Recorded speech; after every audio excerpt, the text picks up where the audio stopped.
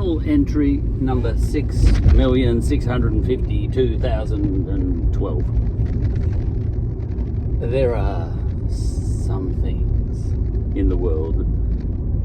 Keep your eyes on the road. You can't prove I'm driving. There are some things in the world that are not funny.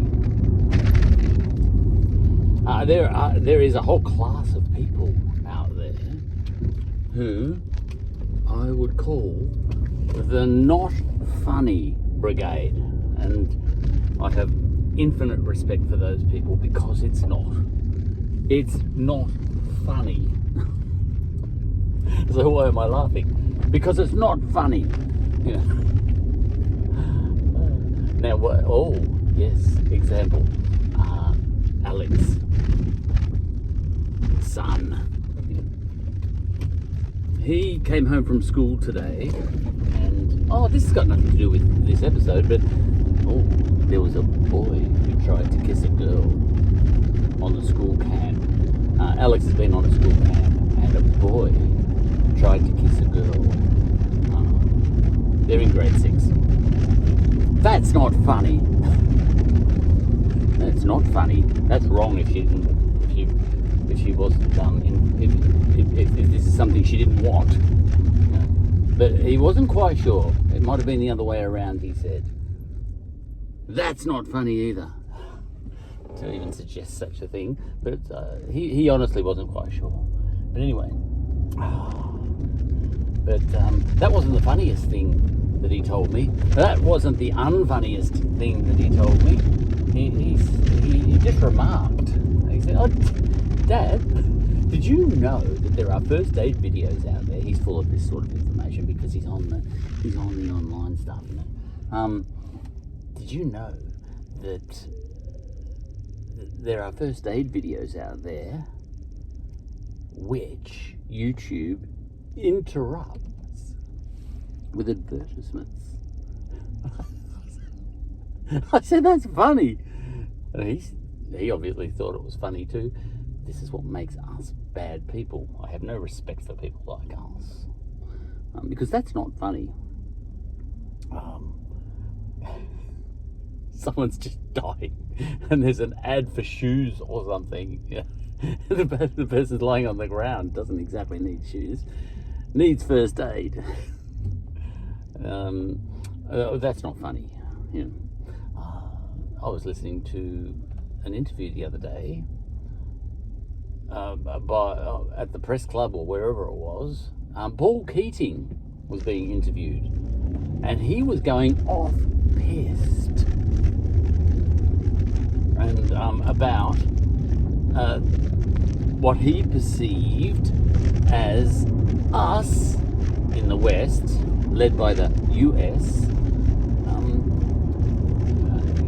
arming up against China. I think China is building a wall of steel around itself. China's not that expansionist, is it? It doesn't seem to be anyway. I don't know much about politics and history and everything like that, but China seems to be that sort of country that doesn't start wars, but just draws a big line around a certain area and says, that's China and that's our business. Keep out. Keep off the grass. That seems to be China to me. They don't seem to be the sort of joint that is all that into global invasion and conquering. That's more us, If you want to point to someone who starts a war, that's us. We don't like the way it looks, when we haven't got the whole world, and we get very grumpy about that, and we start a war. All right, so that's us. But China seems to be the sort of country that draws a line, a border around a certain area and says, that's China and that's our business. What we do there is our business. And obviously, I'm sure some very bad things happen within that border. Some very bad things have happened and probably still do happen within our borders. From what I can tell, it's appalling what's happening to the Uyghurs, for example. But they're not, oh, see, you shouldn't look for equivalence. Maybe it's appalling. Maybe some Indigenous Australians think it's not for you to throw stones. To which I might say, oh, you've got it nowhere near as bad as the Uyghurs, which may well be true and may well not be. But if an Indigenous person says, don't even lecture us about that, you can't say that, all right, no, it's not your place. We can judge whether we've got it a little bit better than the Uyghurs or a lot better, but you don't get to say it. Glass houses. And but all in all, Paul Keating was very grumpy the other day, and he gets very grumpy in a funny way, in my opinion. And I thought it was funny, but it's not funny. I was listening to Paul Keating, and I was laughing just listening to him. Look, I didn't hear the whole interview. I only heard a grab, maybe a minute or two. And it was old-fashioned, vintage Paul. And he was saying things like, they said, because apparently the big threat, the China threat, is that China's building up and they're going to invade us all. And Paul said, no, they're not. And someone in the press gallery, in the peanut gallery, said, how can you be so sure they're not going to? And Paul Keating answered, because I've got a brain. That's pretty much the only bit I remember. And I thought that was funny. That's not an answer. That's an answer. It's funny. It's not funny. And he was saying, vintage Paul, he was, referring to all the people who are, we're trying to get nuclear-powered submarines in place. It'll be out of date before they're built and all that sort of stuff. And he says, all the ning-nongs that are organising all this stuff, building a ring of steel to defend ourselves against the China that's not trying to attack us. And someone said, well, they are trying to attack us. What about cyber attacks? And he went, oh, for goodness sake, you're a ning-nong, said something like that to the reporter, All right, cyber attacks, but who doesn't cyber attack? We cyber attack too. Oh, yeah, but what about the treatment of the Uyghurs? And he said, this is... You say, he was basically getting at, so we're building nuclear submarines because they're mistreating the Uyghurs. How is that going to help the Uyghurs? Oh, are we going to invade China, are we? And rescue the Uyghurs? See, this is where reporters get a little bit off-pissed themselves. That's my word for the day, off-pissed. Off-pissed. My cousin told me about that word. I didn't even know what a pissed was. Don't do enough skiing. Alright. Anyway, so he's going on and on about all that sort of stuff, And he was saying, listen, nuclear submarines all over the place, they're trying to defend, really, build a ring of steel.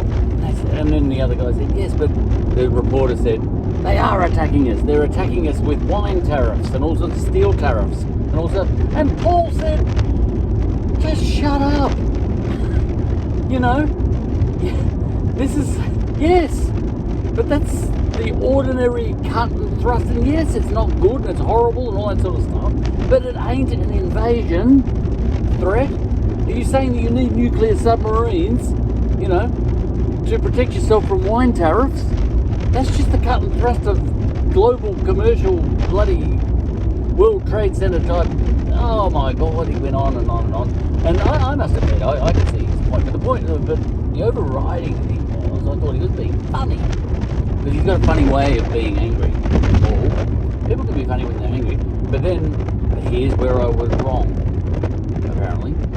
The Not Funny Brigade chimed in the very next day on all my news feeds. And as I scanned through the news feeds, talking about this outrageous stuff that Paul Keating had said the day before, nowhere could I see that anybody was saying it was funny. So what's wrong with me? They were all being deadly serious. This is a big problem. Who does Paul think he is? Here's a Prime Minister who hasn't had a security briefing in decades and he's presuming to give his opinion and all that sort of stuff. I said, yeah, but it's funny, wasn't it? And no, articles from in the Age and all that sort of stuff. It's not funny. So I was wrong. And this thing, YouTube putting ads in the middle of first aid videos 1,000, staying alive, you know, doing the whole thing. We will now come to a short commercial break, and we'll be back with you shortly. Mavis, you just stay right there. I'm in the middle of doing the thing.